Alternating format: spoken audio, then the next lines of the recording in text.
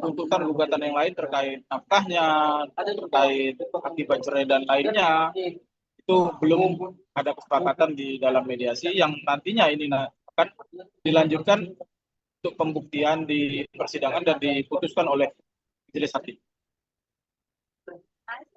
Hari ini kan hanya laporan dari hasil mediasi yang lalu. Mungkin lebih tepatnya tanggapannya bahwa terhadap hasil mediasi ya. Di satu sisi ada ada kelegaan jika tidak kesempatan dari pihak tergugat terhadap tuntutan perceraian. Itu artinya secara psikologis bebannya sudah tidak berat terhadap pengajuan itu. Tinggal kita membuktikan alasan-alasan cerai yang kita ajukan. Itu artinya dari pihak tergugat tidak lagi akan menyampaikan tanggapan penolakan atau bantahan-bantahan terhadap alasan-alasan perceraian. Seharusnya seperti itu, karena sudah tidak berkeberatan. Bang, tadi kan abang bilang soal anak sudah disepakati, yang belum adalah soal nafkah. Berarti ada angka-angka di sini yang belum sepakat, dalam artian berarti secara tersirat insan itu memang merasa berat dan cukup besar, Bang. Bisakah dikecilkan atau dinegosiasikan, Bang? Jadi kita sudah ajukan ya, nominal itu memang kita ajukan di dalam gugatan itu. Ada poin tentang nominal hak-hak istri juga termasuk nafkah anak. Hanya saja tidak ada kesepakatan untuk menerima besaran nominal tuntutan yang kita ajukan di tahap mediasi. Tapi itu bukan berarti penolakan atau keberatan. Mungkin ada pertimbangan-pertimbangan yang tidak bisa menyepakati yang diminta dengan yang akan disetujui ya. Jadi selanjutnya itu nanti menjadi materi di persidangan. Ya, ada hal-hal yang hakim nanti mempertimbangkan untuk memutuskan berapa nominal yang akan dibebankan terkait nafkah dan hak. Jadi kita nanti akan mengajukan alasan-alasan kenapa besarannya segitu, kemudian kita akan mengajukan pembuktian untuk menguatkan alasan-alasan kita. Sebaliknya ya pihak lain akan mengajukan nantinya itu di tahap berikutnya di jawaban dia akan mengajukan berapa kesanggupannya dan dengan alasan-alasan itu yang nantinya juga akan dibuktikan di dalam pembuktian untuk dipertimbangkan. Ya. Jadi dari dua belah pihak itu tentunya punya alasan terkait dengan tuntutan dan kesanggupannya. Kemudian ada pembuktian tentang alasan-alasan tersebut itu jadi pertimbangan hakim memutuskan. Oke, Bang, ini kan berbalik lagi ke pertimbangan hakim nanti ya, Bang, bahwa hakim yang akan memutuskan sekian gitu. Tapi sekiranya kalau dari pihak Mawar sendiri merasa itu bukan kurang, tapi kurang pantas lah yang bahasanya, Bang, gitu. Masa cuma segitu gitu ya, Bang. Gimana tuh, Bang? Ya, kalau ada putusan yang kita rasa itu tidak adil, kita rasa itu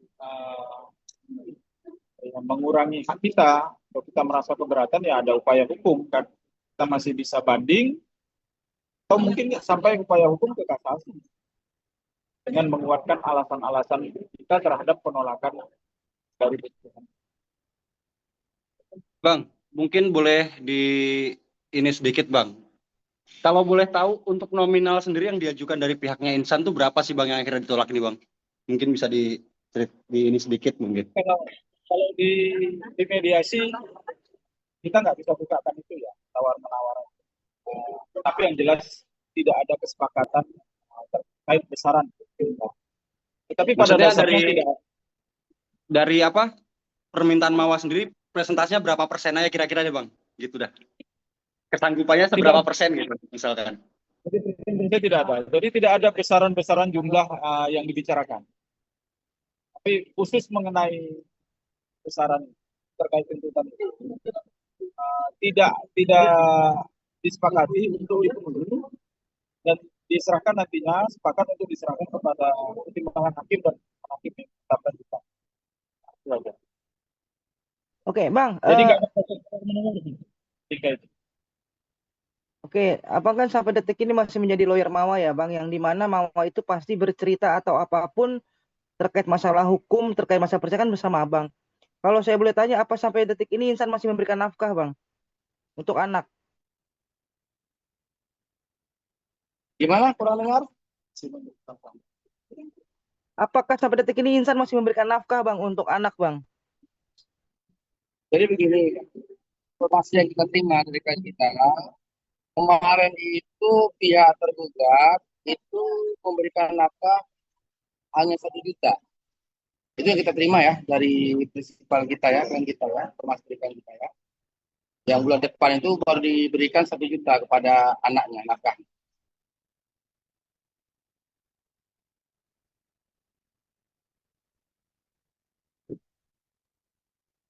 Oke Bang, kalau pertemuan akses anak kan berarti sekarang tetap sama Mawa ya Bang ya.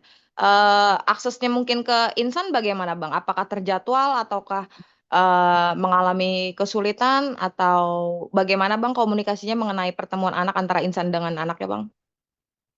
Ya, kalau terkait dengan akses ya, haknya ayah terhadap anak, sejak awal kita komit ya sebagai kuasa hukum untuk menegaskan bahwa ada persepsi yang harus dikuatkan bahwa terkait dengan akses itu bukan hanya hak orang tua, jadi bukan hanya haknya ayah atau haknya ibu untuk bertemu dengan anak, tapi pada dasarnya itu hak anak untuk bertemu dengan orang tuanya. Ini persepsi yang harus kita balik. Jadi anak itu punya hak, punya perlindungan hukum, bahkan itu menjadi bagian dari hak asasi ya bagi anak, mendapatkan kasih sayang, perhatian, akses bertemu dengan kedua orang tuanya.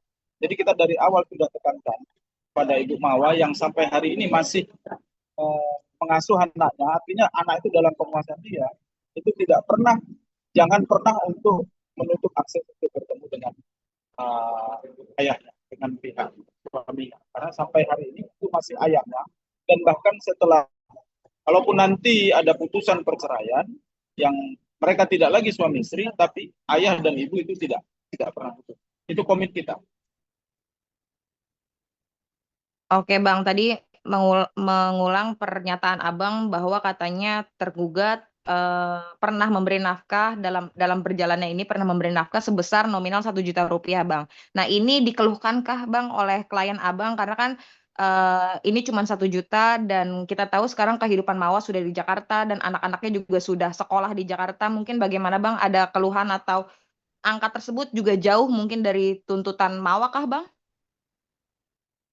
Kalau saya meluruskan lagi tadi, Pak Idrus menyampaikan angka yang segitu, kalau yang saya dengar tadi itu nafkah anak, bukan nafkah istri yang tadi disebutkan itu.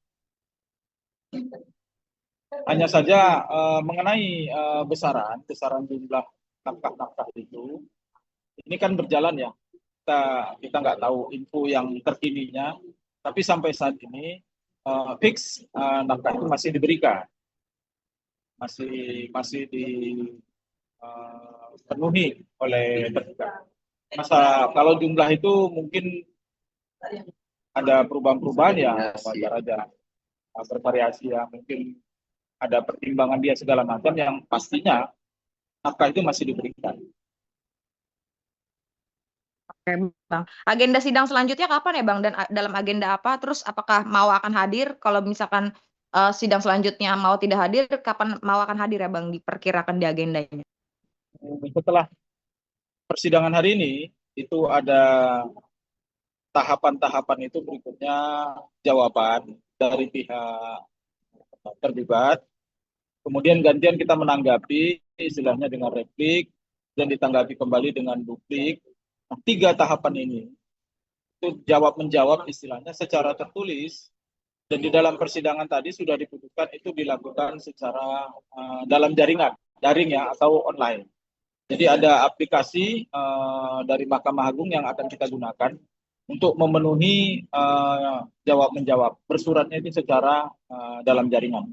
Jadi tentunya kami sendiri itu tidak bersidang secara langsung di Pengadilan Agama Lubuk Pakam, tapi hanya mengirimkan tanggapan jawab-menjawab itu melalui aplikasi yang ada di Mahkamah Agung. Jadi hanya secara online. Jadi tentunya ya tidak ada kehadiran di pengadilan, baik itu prinsipal ataupun kuasa. Bang, Berarti pertanyaan tidak saya akan begini, ada Bang. sama sekali Dari sidang kehadiran kah, Bang? Tidak akan ada sama sekali kehadiran kah, Bang, sampai putusan nanti atau bagaimana nanti? Kayak Ini perihal kan saksi tadi dan lain. 3 tahapan ini tadi saya sebutkan, jawab-menjawab secara tertulis.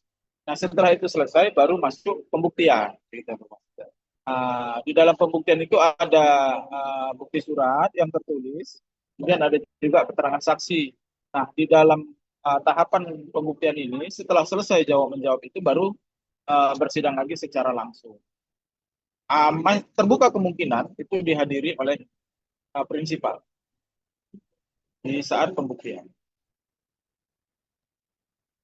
Oke, Bang, dari sidang yang sudah berjalan dari awal mediasi hari ini, Abang masih ada ngeliat gak sih bahwa masih ada berat dari pihak insan untuk melepas Mama, tetap mau dua-duanya, Bang, gitu loh.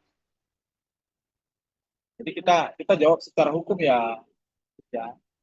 Memang dalam tahapan proses persidangan ini secara hukum ya masih terbuka peluang itu untuk berdamai.